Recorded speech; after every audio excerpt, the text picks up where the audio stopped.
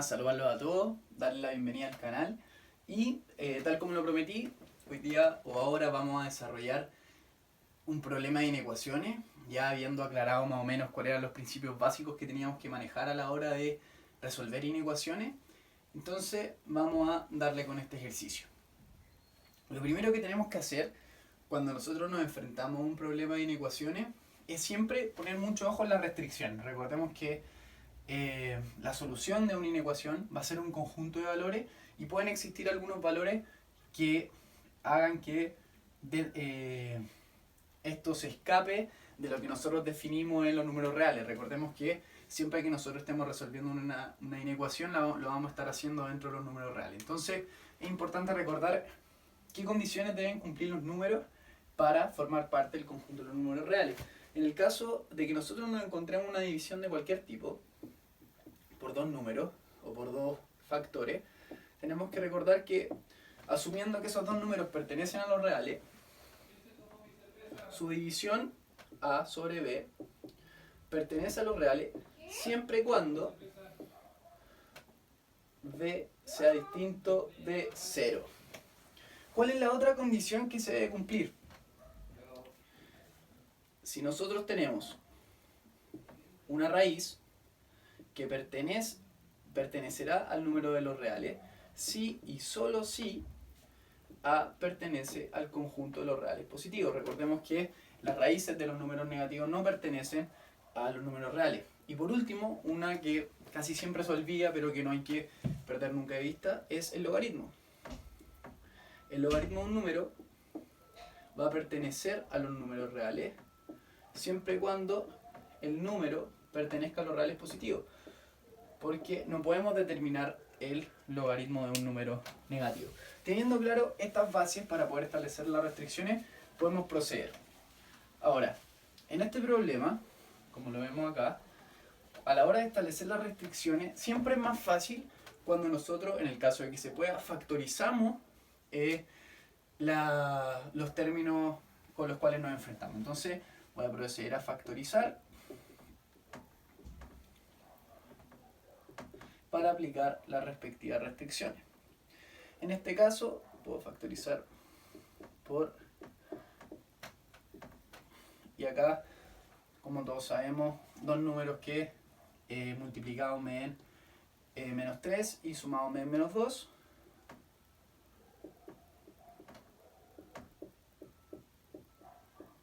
Cuando yo me encuentro con algo así, es mucho más fácil evaluar cuáles van a ser las restricciones que tendría mi inecuación. Recordemos, acá no tenemos ni raíces ni logaritmos, pero sí tenemos división de términos. Entonces, ¿cuál era la condición? Que el denominador tiene que ser distinto de 0.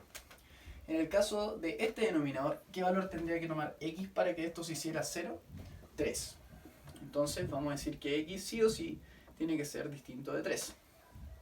Por otro lado, acá se repite la misma condición, pero nos encontramos con x más 1. Entonces, en una multiplicación, nosotros sabemos que si uno de los factores es 0, el producto también lo será.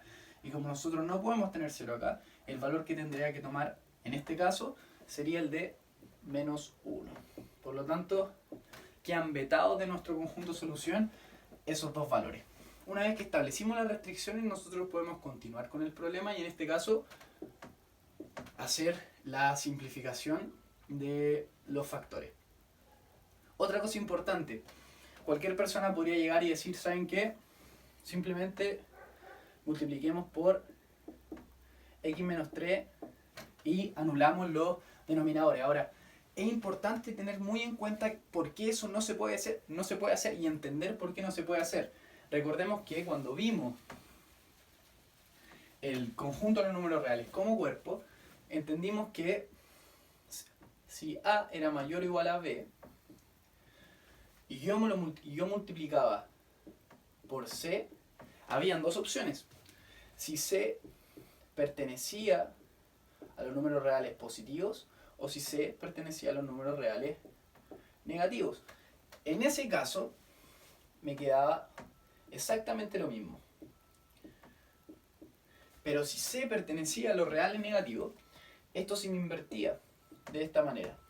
Entonces, como yo no tengo claro, debido a que aún no resuelvo la inecuación, a dónde pertenece esto, o sea, no sabemos si esto es positivo o negativo, no puedo realizar ese ejercicio, porque no voy a tener claridad cómo se va a comportar el signo. Entonces, ¿qué es lo que hay que hacer? ¿O cómo es más cómodo trabajar en ese sentido? Siempre va a ser más cómodo cuando yo igualo o establezco una relación con una desigualdad con el cero. Entonces, procedo pasando esto al lado izquierdo, me quedaría algo así. Como tienen un denominador común, simplemente realizo la operación. Y esto tiene que ser mayor o igual a 0. Cuando yo comparo con el 0 es mucho más fácil determinar cuáles van a ser las posibles soluciones de mi inecuación. Acá, como ven, puedo seguir factorizando. Me quedaría x más 9, x menos 1 y x menos 3.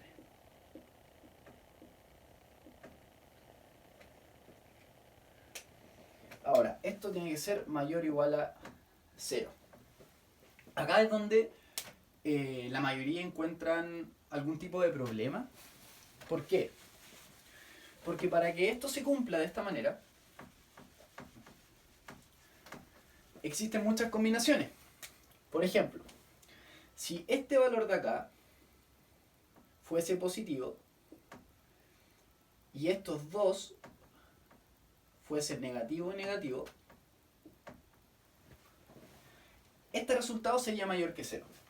Ahora, también podríamos decir lo mismo si este fuera negativo y este fuera el positivo. O si todos fueran positivos. Entonces, para yo no tener que empezar a hacer las combinaciones en el papel y ir escribiendo las combinaciones, existe una herramienta que se llama tabla de signos. La tabla de signos lo que nosotros nos permite es ordenar el comportamiento de los signos en función de los valores que puede tomar X. Entonces, suena medio chino, pero ¿cómo se puede hacer? Y es súper fácil de hacer y es súper aconsejable a la hora de establecer cuál va a ser el conjunto solución de nuestra inecuación. Es fácil. Lo primero que tenemos que hacer es establecer cuáles eran los factores de... lo borré. Los factores de nuestra inecuación. Voy a escribir de nuevo.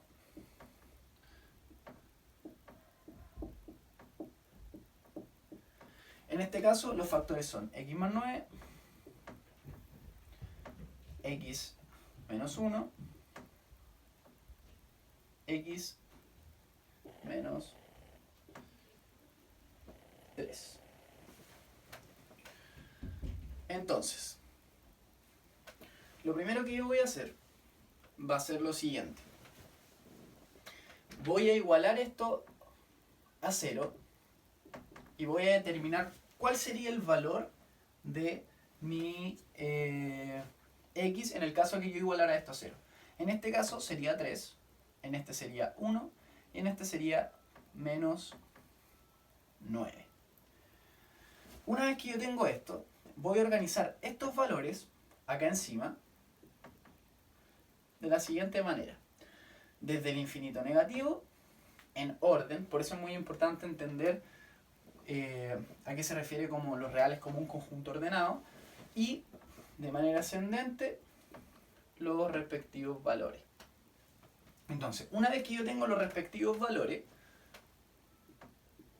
yo voy a evaluar el comportamiento de mi ecuación a medida que me muevo en los distintos intervalos. Entonces, yo voy a tener estos intervalos hacia el infinito positivo, en donde van a haber infinitos valores entre medio, y también voy a tener los puntos críticos de los intervalos. Cuando yo ya armé esta tabla, lo que yo voy a ver es entre el infinito y el menos 9. Si yo reemplazo acá por cualquier valor, ¿cómo se va a comportar mi ecuación en general? Entonces yo digo ya, si x toma un valor cualquiera, hasta el menos 9, lo que yo voy a ver es cómo se va a comportar mi ecuación. Entonces, si x toma cualquier valor de acá hasta el menos 9, yo puedo ver que a menos que este tome un valor de menos 9, que en el caso que donde sería 0, todos los valores de acá que tome de acá para atrás harán que el valor de la ecuación sea negativo. Hacemos el mismo ejercicio acá. Si x toma un valor del menos infinito al menos 9, esto también va a tener un comportamiento negativo. Y si x toma un valor del menos infinito al menos 9 en esta ocasión, también va a tener un comportamiento negativo. Lo evalúo en el siguiente intervalo, ya sea que acá está el 0 del 9. Si x toma un valor entre el menos 9 y el 1, ¿cuál va a ser el comportamiento? Tiene que ser mayor que el menos 9 y menor que el 1. Este valor sería positivo. Lo mismo de los valores de aquí en adelante. Entonces, ¿cuál es la forma más fácil de hacerlo? Lo que tenemos que hacer primero es ubicar los ceros. ¿Cuándo esto se me hace 0? Cuando esto es igual a 1. Por lo tanto, acá está el 0. ¿Cuándo esto se me hace 0? Cuando esto es igual a 3. Por lo tanto, acá está el 0. Después del 0 están los números positivos. Antes del 0 están los números negativos. Entonces, ¿cómo se va a comportar acá? Negativo, negativo, negativo, positivo, positivo, positivo. Y ahora, ¿qué es lo que yo hago? Tiro una flecha y evalúo el comportamiento en general. Entonces, si todos son negativos, ¿esto va a ser mayor que 0? Sí. Si todos son, si uno es positivo y dos son negativos, esto también va a ser positivo. Si dos son positivos y uno es negativo, esto va a ser negativo, perdón. Esto va a ser negativo. Y si todos son positivos, esto va a ser positivo. Entonces, ¿qué es lo que yo estoy buscando? El comportamiento cuando esto sea positivo. ¿Cuándo es positivo? Va a ser positivo, o sea, se va a cumplir la solución cuando yo vaya desde el menos 9, miremos acá, al 1. Del menos 9 al 1, yo encuentro una solución acá en este intervalo positiva. Entonces, ya podemos definir que del menos 9 al 1, yo encuentro soluciones positivas. Acá no, me salto este intervalo y lo uno con el intervalo siguiente. Recordemos acá la restricción que nos dice que no puede ser 3, por lo tanto no voy a considerar el valor 3 dentro del intervalo. Y esto se va hasta el infinito positivo. A esto va a haber que restarle el menos 1, que es un valor que no puedo limitar acá ni acá, pero se lo puedo restar como siendo el único valor, aparte del conjunto de estos números, que la variable no puede tomar para cumplir con la solución. Entonces, ese sería el desarrollo del problema.